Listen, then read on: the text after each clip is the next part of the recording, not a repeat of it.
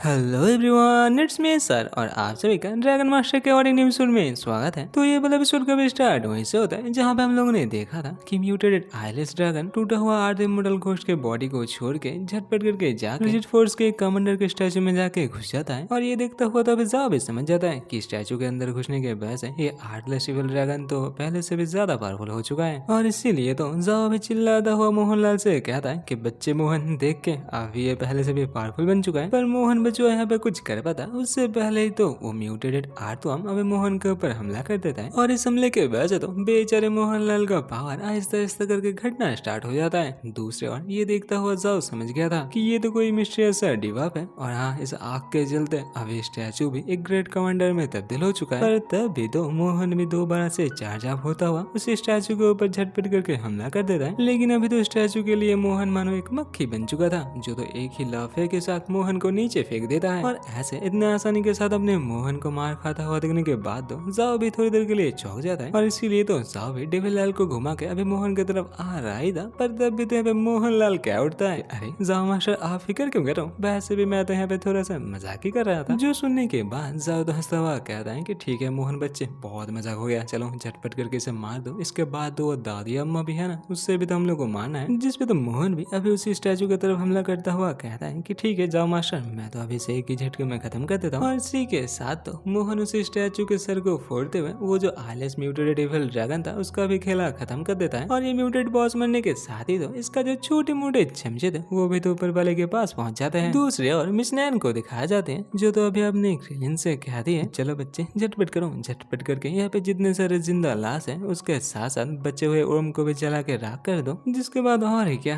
Krillin dragon तो अच्छे बच्चे की तरह अपने सामने वाले सब लाश को जला के राख कर देता है। और इसी के साथ जाओ को दिखाया जाता है जो तो अभी उसे दादी जी का पीछा करता हुआ एक अजीब से ऑल्डर के पास आ जाता है। और जिस ऑल्डर के बीच में जाके पता नहीं दादी जी क्या कुछ बड़बड़ाना स्टार्ट कर देता है। और दादी जी के ऐसे बड़बड़ाते ही पता नहीं कहाँ से तो एक इविल सेंटीपीड बैड ड्रैगन बाहर आ जाता है जो भी तो हम लोग के डेविलाल के जैसा ही एक डेविल ड्रैगन था। और जिस सेंटीपीड ड्रैगन को देखने के बाद तो दादी जी को ऐसा लग रहा था कि दादी जी का तो यहाँ पे दिमाग फिर चुका है। तो अभी उसी सेंटीपीड ड्रैगन से कह दे कि आओ मेरे प्यारे सेंटीपीड ड्रैगन, आके मेरे साथ मिलके एक हो जाओ। और देख के तो ऐसा ही लग रहा था कि मानो ये अभी दादी जी को खाने वाला है। लेकिन इसके बाद हम लोग को दिखाया नहीं जाता कि आखिरकार दादी के साथ क्या हो रहा था। पर हाँ, दादी जी यहाँ पे चिल्ला जरूर रहा था। जो सब कुछ तो नीचे से देखता हुआ जाओ क्या उठता है कि क्या सुप्रीम इविल गॉड, लेकिन मेरे सामने तो तुम किसी गटर के कीड़े जैसे दिख रहे हो। इसी के साथ उसी इविल सेंटीपीड को दिखाया था जो तो अभी दादी जी को ऑब्जर्व करने के बाद एक सुप्रीम इविल गॉड में तब्दील हो चुका था। और जो तो अभी अपने सामने जाओ को देखते जाओ के ऊपर झटपट करके हमला कर देता है। पर डेविलाल के लिए मानो तो ये सुप्रीम गॉड किसी बच्चे के बराबर था जो तो अभी अपने तरफ ये हमला आता हुआ देखने के बाद चिल्लाते हुए कहता है कि बच्चे अपने थूक को अपने पास रखो, भूल के भी अगर मेरे तरफ आ भी गया ना तो तुम्हारे लिए बहुत बुरा होगा। और डेविलाल के चिल्लाने से तो वो हमला घूम के दादी या फिर वो एविल सेंटीपीड गॉड बोलो उसी के तरफ चला जाता है। और इसके बाद क्या ही था, वो सुप्रीम गॉड दादी जी तो अभी झटपट करके जाओ के ऊपर उल्टा हमला करने के लिए चला जाता है। जो देखता हुआ तो अभी जाओ भी अपने डेविलाल से कहता है कि जाओ बच्चे बहुत हो गया, इस दादी जी का खेला अब खत्म ही कर दो। और जो सुनते तो डेविलाल भी अच्छे बच्चे की तरह अभी उसे दादी जी की तरफ अपने फायर ब्रिज से हमला कर देता है। और डेविलाल के एक ही हमले से तो उस सेंटीपीड के साथ साथ दादी जी का भी आत्मा अपने बॉडी से बाहर निकल आता है। जो तो बाहर आता हुआ कहता है कि ऐसा कैसे हो सकता है, मैं कैसे एक छोटे से बच्चे का हाथ मर सकता हूँ। जिसपे तो जाओ भी एटीट्यूड में आता हुआ कहता है कि अरे दादी रो क्यों रहे हो, वैसे भी मेरे यहाँ तो पता नहीं कितने सारे इंसिडेंट सिटी के बंदे ऑलरेडी मर चुके हैं और दादी जी तुम भी उन्हीं में से एक थे, तो जाओ जाके देखो नरक में बाकी सब आपके लिए इंतजार कर रहे हैं। और ये कहने के बाद ही जाओ उस दादी जी का जो आत्मा था उसे ऑब्जर्व करके एक छोटू सा सोल ऑर्ब में तब्दील कर देता है। और उस सोल ऑर्ब को अच्छे से देखता हुआ जाओ क्या उठता है कि अरे ये दादी जी का सोल ऑर्ब तो हीरो पेंगू के सोल ऑर्ब से कुछ ज्यादा ही अच्छा है और इस सोल ऑर्ब से तो मुझे कुछ अच्छा खासा पैसा मिल सकता है। और इसी के साथ थोड़ी देर बाद का सीन दिखाता है जहाँ पे तो जाओ और एक टेम्पल के पास आके खड़ा हो चुका था। और जिसके अंदर घुसने के बाद जाओ तो कहता है कि अरे ये जगह इतना चुपचाप क्यों है, मिंग जी ने तो कहा था कि यहीं पर ही वो ग्रेस है। तब भी फिजी मास्टर बाहर आता हुआ कहता है कि अरे बेवकूफ अपने आसपास क्या देखे जा रहे हो, थोड़ा अपने ऊपर भी तो देख लो। जहाँ पे देखने के बाद तो जाओ चौक उठता है क्योंकि उसके ऊपर तो एक चमकीला सा पोर्टल था। और इसी के साथ तो जाओ भी फिशी मास्टर से पूछ लेते हैं कि फिशी मास्टर क्या ये दूसरी दुनिया में जाने का रास्ता है। पर तभी ना बच्चे जाओ को तो कुछ यहाँ पे अजीब सा महसूस होता है। और इसी के साथ वो तो कहता है कि अरे फिशी मास्टर पता नहीं मेरे साथ यहाँ पे क्या हो रहा है। पर तभी ना अचानक से तो जाओ के आसपास अचानक से मोतियों का बरसात होने लगता है। जिन मोतियों को देखता हुआ फिशी मास्टर तो अभी खुशी का मारा क्या उठते हैं कि अरे ये मोती, मैंने कभी सोचा नहीं था कि ये मोती मैं कभी गेट के बाहर भी देख पाऊंगा। जिस पे तो जाओ पूछ उठते हैं कि क्या फिशी मास्टर ये मोती हेवनली गेट से आता है, वैसे भी ये मोती आखिर क्या करता है। तो फिशी मास्टर तो यहाँ पे अपना कहानी खोल के बैठ जाते हैं कि कैसे हेवनली गेट के अंदर टाइम बहुत स्पीड से गुजरता है और इन मोतियों के अंदर भी हेवनली गेट का ही पावर है। जो सुनने के बाद भी तो जहाँ पे चुपचाप खड़ा हुआ था, जो देखते ही तो फिशी मास्टर चिल्लाता हुआ क्या उठता है कि अरे ये बेवकूफ बच्चे, तुम यहाँ पे क्या कर रहे हो, तुमने सुना नहीं यहाँ पे टाइम का बात हो रहा है, तो थोड़ा सा तो यहाँ पे एक्साइटमेंट दिखाओ। तो जाओ तो कहता है कि नाना फिशी मास्टर, मुझे हेवनली गेट से कुछ लेना देना नहीं है, वैसे भी क्या होगा अगर मैं यहाँ पे जवान रह गया और मेरे बीबी यहाँ पे बुढ़ी हो गई, तो मेरा क्या होगा। आप लोगों ने यहाँ पे देखा जाओ यहाँ पे दो बीबियों के बारे में बात कर रहे हैं। तो फिशी मास्टर तो क्या उठता है कि बच्चे, मुझे लगा ही था कि तुम बेवकूफ हो, लेकिन इतने बेवकूफ हो मुझे पता नहीं था। इन मोतियों का असर सिर्फ तुम्हारे स्पीड सी में ही होगा, इसके वजह से तुम्हारा जो कल्टिवेशन स्पीड है ये ज्यादा होगा, लेकिन इससे तुम्हारा एज का कोई लेना देना ही नहीं है। पर जाओ तो यहाँ पे अपने बात को घुमाते हुए कहता है कि अगर ऐसा ही है तो इस मोती की मदद से हम लोग बाइक को भी उठा सकते हैं। और ये कहने के बाद ही जाओ तो यहाँ पे खपा खप करके मोती उठाना स्टार्ट कर देता है और इसी के साथ जाओ के इनर वर्ल्ड यानी कि स्प्लिट सी का सीन दिखाया जाता है, जहाँ पे आते ही तो जाओ झटपट करके बाइक का जो जमा हुआ कुकुन था उसके ऊपर एक मोती इस्तेमाल करते हुए कहता है कि चलो इतने दिनों के बाद आखिरकार मुझे ये पता चल रहा है कि इस कुकुन के अंदर क्या हो रहा है। जहाँ पे तो उस बड़े से कुकुन के अंदर एक छोटू से अंडे को दिखाया जाता है, जो तो अचानक से दो हिस्सों में बट जाते हैं और इसी के अंदर से निकलता है हम लोग का छोटू सा बाइकी, और जिसे देख रहे हैं ना सच्ची में बहुत ही प्यारा लग रहा था। जिसे देखते तो जाओ कहता है कि आखिरकार बाइकी तुम उठ गए। और फिर तो हम लोग छोटू से बाइकी को दिखाया था जो आखिरकार अपने अंडे से बाहर तो आ चुका था, पर अभी तक उसे अपने जमे हुए कुकुन के अंदर था, जो सब कुछ बाहर से देखता हुआ जाओ सोच उठता है कि बोलना पड़ेगा ये मोती ना सच्ची में बहुत पावरफुल है। देखो तो कैसे इस मोती की मदद से देखते ही देखते मिनटों में 4 सीजन बीत गए। और इसी के साथ बिस्नियान को दिखाया जाते हैं, जो तो अभी तक बेचारे मिंग जी को पकड़े हुए थी, जो तो जाओ को अपना तरफ आते हुए देखते ही क्या उठती कि जाओ क्या तुम्हें अपना ग्रेस मिल गया। तो जाओ तो कहते हैं कि हाँ मुझे तो अपना ग्रेस मिल चुका है और ये ग्रेस ना सबको अलग अलग मिलते हैं, तो जाओ जाके तुम भी अपना अलग आजमाई लो। जो सुनते तो मिस नैन मिंग जी को जाओ को थमाते हुए कहता है कि ठीक है तुम इस बच्चे को देखो, मैं तब तक के लिए उस ग्रेस को लेके आती हूँ। और इसी के साथ थोड़ी देर बाद का सीन दिखाया जाता है, जहाँ पे तो मिस नैन अपने ग्रेस को लेके गुनगुनाते हुए बाहर आ रही थी, जिसे इतने खुश देखते हुए जाओ सोचते हैं कि शायद लगता है कि मिस नैन को भी अपना ग्रेस मिल चुका है। दूसरी ओर मिंग जी को दिखाया जाता है, जो तो मिस नैन को बाहर आते हुए देखते ही झटपट करके जाओ के चंगुल से भाग जाता है। जो देखते हो तभी मिस नैन क्या उठती कि क्या हुआ जाओ, क्या तुम मुझे रुकाओगे नहीं। जिस पे तो जाओ का ये कहना था कि उन लोगों को तो अपना अपना ग्रेस मिल चुका है और अगर मिंग जी को यहाँ पे कुछ मिल भी जाता है